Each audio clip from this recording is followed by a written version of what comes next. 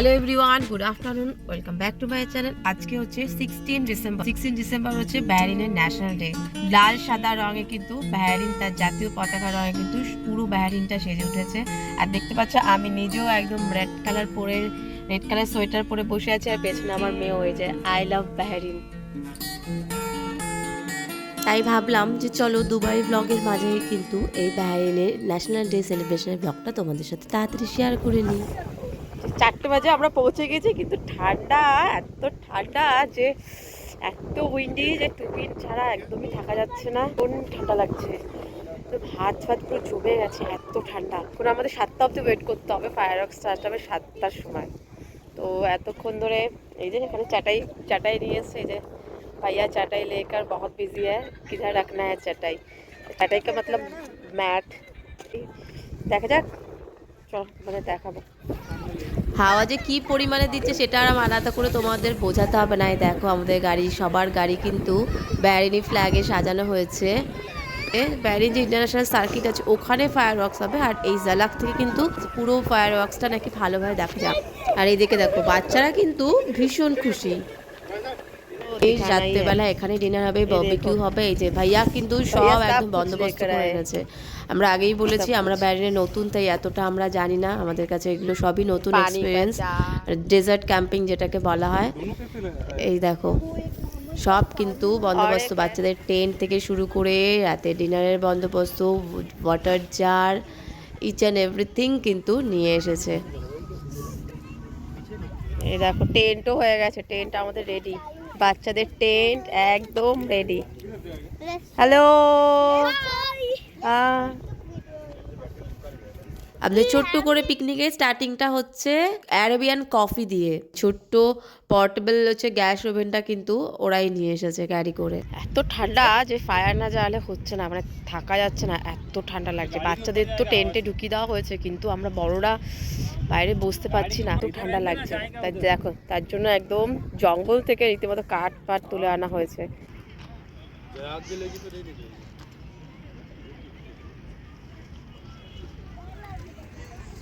Successfully কিন্তু আমাদের fire জ্বালানোটা সম্ভব হয়েছে। আর তারপর তো আর ফায়ারের কাছ থেকে কেউ নড়ছেই না, একটু ডিস্টেন্স বাড়লে ভীষণ ঠান্ডা লাগছে।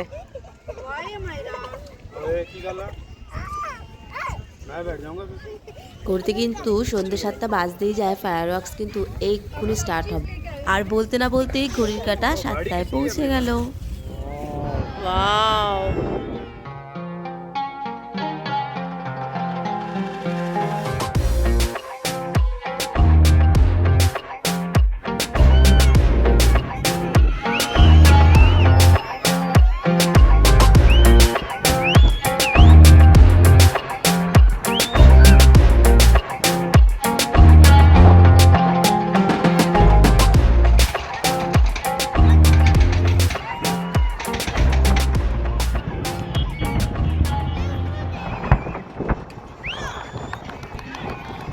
ফায়ার ওয়ার্কসটা দেখলে তোমরা প্রায় কোটি টাকার সমান কিন্তু বাজি ফাটানো হচ্ছে এই দুদিন ধরে। ফায়ার ওয়ার্কস হয়ে যাওয়ার পরে দেখো এবার বারবিকিউর ব্যবস্থা করা হচ্ছে। এখানে চিকেন বারবিকিউ, কর্ন, প্রন, আরও সব বারবিকিউ করা হবে।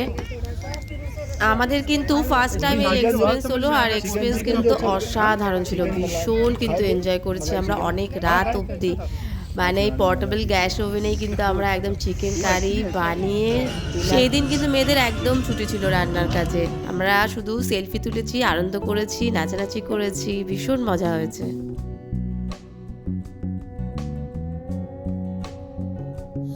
দুঃখের বিষয় ডিনারের ক্লিপসগুলো আমার নেওয়া হয়নি। তা যাই হোক, ডিনারের পরে যে চা খাওয়ার মন হয়েছে আমাদের, কারণ এত ঠান্ডা। দেখো পোর্টেবল গ্যাস ওভেন তো ওইটুকুনি, ওখানে এতজনের চিকেন রান্না করে ওটা শেষ।